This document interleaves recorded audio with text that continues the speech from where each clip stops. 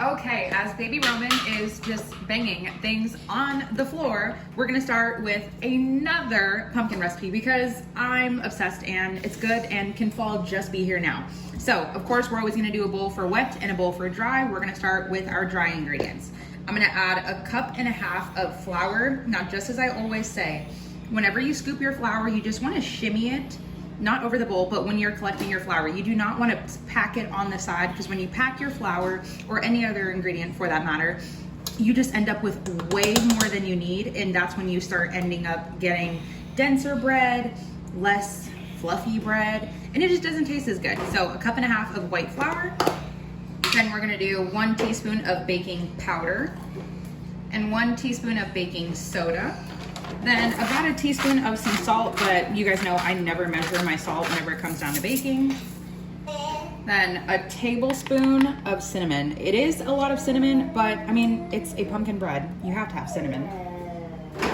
Then 1 tablespoon of pumpkin pie spice. You can be a little bit shy with it if you feel like it's a little bit too much. Pumpkin pie spice is very fragrant. It's very kind of like in your face. Cinnamon, I've always said, is more of like a back note that you know it's there and it adds subtle sweetness, but pumpkin pie spice is kind of just bold and in your face.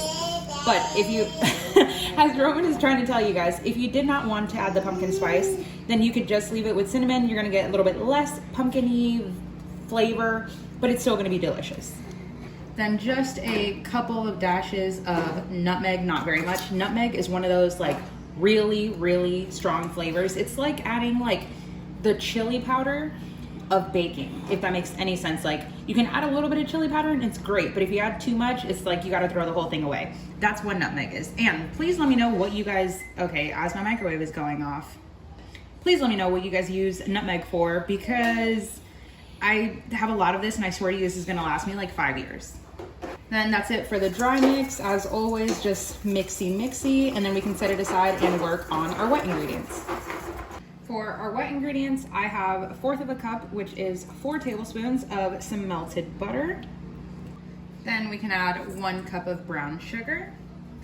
Then I just like to give this a brief little mix, not really worrying about like creaming it together, but of course, because it's Texas and it is hotter than ever here, it's literally 111 degrees outside and I'm baking, so you know, bless her heart. Okay, I just like to make sure all of this gets kind of moisturized.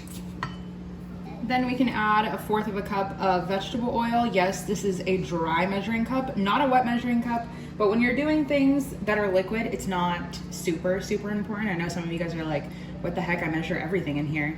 It really doesn't matter. And yes, you do want a mixture of oil and butter. I wouldn't do 100% butter and I wouldn't do 100% oil.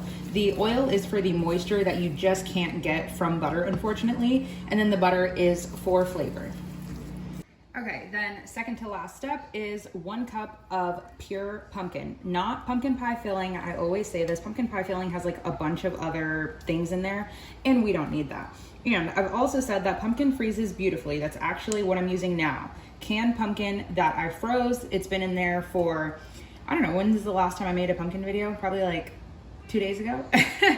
But when you freeze it, just know that it does have a lot of moisture in it, and especially if you didn't have time to defrost it right away and you just went ahead and popped it in the microwave on defrost. I cooked mine on the stovetop just to cook out the rest of the moisture. I've definitely talked about this before. But since the next step is gonna be adding eggs to this, my canned pumpkin is still pretty warm, so I just wanna give it a chance to cool down. Then the last step is adding 2 whole eggs.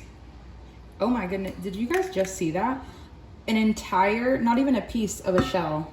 Oh, okay. Let's hope the other egg does not, okay. It's not gonna be a repeat of the last video. There we go, and I have a shell on top. What is with today? Okay, there we go, perfect. Then we'll just bring over our dry mix. Always pop the yolks, makes everything come together a lot easier. Pop. I also need to buy a new whisk because I just threw, what is this?